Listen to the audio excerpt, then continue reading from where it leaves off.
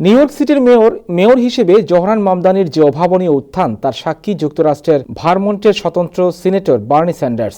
মামদানির রাজনৈতিক যাত্রায় শুরু থেকেই তার পাশে ছিলেন এই প্রবীণ নেতা। আগামী 1 জানুয়ারি শপথ গ্রহণের দিন আবারও মামদানির পাশে দেখা যাবে স্যান্ডার্সকে। সিটি হলের কাছে আয়োজিত গণশপথ অনুষ্ঠানে এই দুই ডেমোক্রেটিক সোশ্যালিস্ট একই মঞ্চে থাকবেন। মামদানির দলের ধারণা, তার এই শপথ অনুষ্ঠানে প্রায় 40,000 সমর্থকের বিপুল সমাগম ঘটবে। এদিকে উন্মুক্ত এই আয়োজনে প্রায় 13 ঘন্টা আগেই অবশ্য মামদানির আনুষ্ঠানিক শপথ গ্রহণ সম্পন্ন হয়ে যাবে।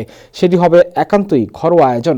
তবে এই শপথ কোথায় হবে সেই স্থানটি এখনও গোপন রাখা হয়েছে।